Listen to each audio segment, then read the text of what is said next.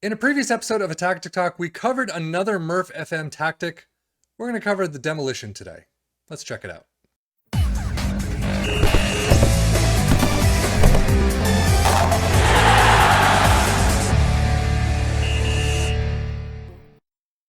So previously on the channel, we covered another 5-3-2 Ultimate, which is a MurphFM tactic. We are doing yet another one called the MurphFM Demolition 4-3-3 today. Now, while the Ultimate did not work all that well in our sim at least, we'll see what happens in our three Premier League teams in just a minute. But as you can see, this is, again, the MurphFM Demolition 4-3-3 is a custom style, attacking mentality, sweeper keeper in support, fullbacks on the left and right in attack, ball playing defenders on both sides, DM in support, a center midfielder in attack, a box-to-box in support, two inside forwards in attack, and then an advanced forward in attack up front. In possession, attacking width is fairly narrow, overlap on the left and right, play out of defense, passing directness is standard, tempo is higher, final third is whip crosses, in transition, counter press, counter, distribute to the fullbacks and center backs, and then out of possession, you have high press line of engagement, a standard defensive line, and trigger press much more often. Now, how did it do with our three teams? Well, as you can see, better than the Ultimate did. Newcastle sitting in 15th is an awful position for them to be in. 41 points, not great. However, Tottenham in 4th, Wolves in 6th. Wolves doing fairly well. Tottenham, again, it seems to be the way the league just kind of fluctuates every different tactic.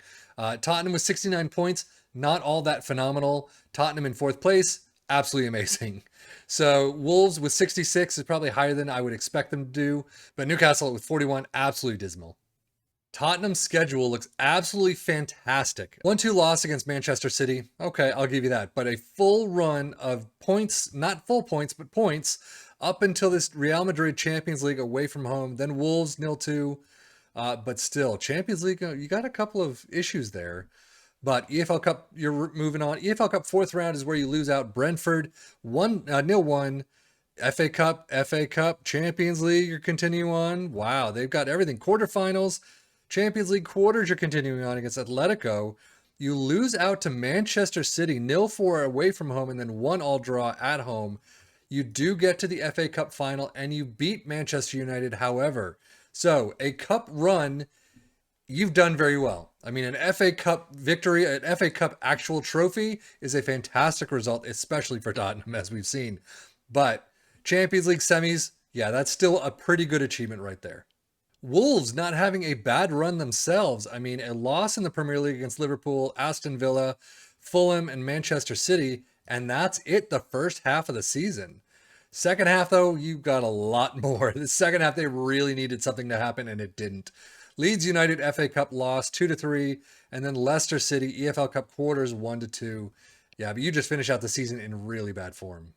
Newcastle, that is not a good form at all. I mean, you got 4 wins, 5-6 in total of the first half of the season. And immediately out against Arsenal 1-2 in the EFL Cup 4th round. And FA Cup 5th round against Bristol City 0-2. I mean, just look at all that red. Tottenham transfers. You got Fernando from Antalyaspor, 1.3 million. Barbosa, Weston, we've seen those. And then pretty much the same outs as you would expect.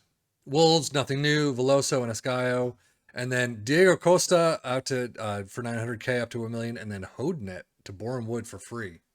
And Newcastle not really doing anything different. We've seen Donny van de Beek. We've seen Shakir, Farias.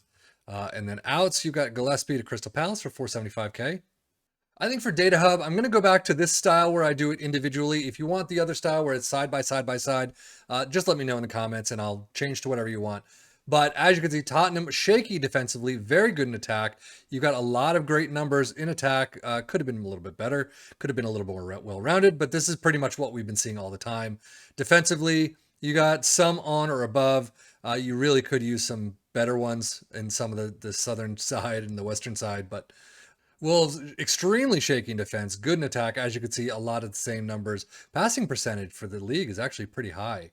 So team defending really needed more along the lines of what Tottenham had, and you probably could have gotten a couple more points in there.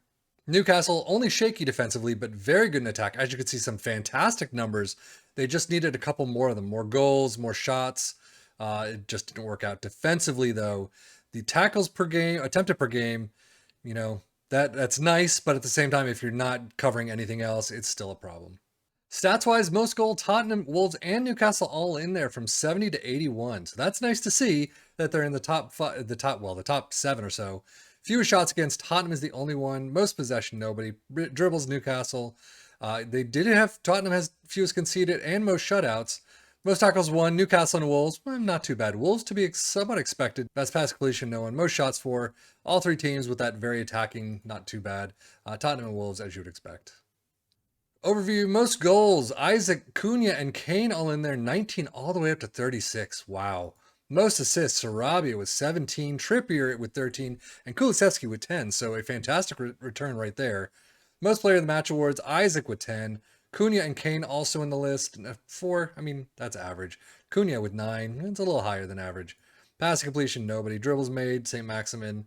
Fewest conceded, we do have 3 players in there, so that's pretty nice to see. Shutouts, Hugo Lloris. Most tackles won, St. Maximin is the only one in there.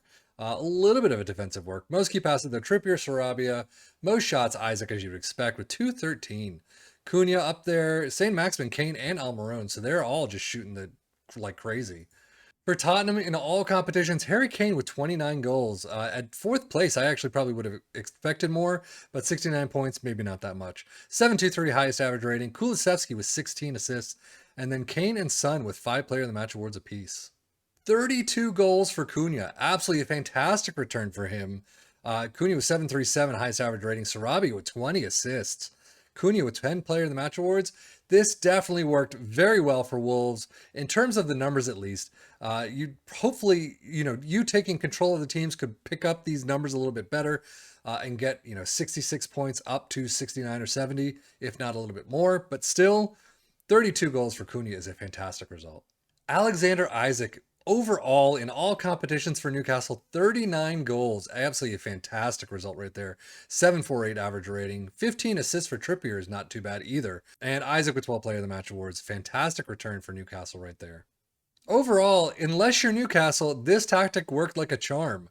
Tottenham in 4th, Wolves in 6th. I mean, again, Tottenham at 69 points is nothing to write home about. It's pretty much average for them, or what you would expect. Wolves, though, in 6th place, 67 or 66 points is a fantastic return. I mean, again, something to look at, something to figure out, maybe tweak a little as per your own players and see how they fit into it and all of that. But that is it for me. I am Sebastian FM for the Football Manager blog channel saying thank you as always for watching. Take care and enjoy.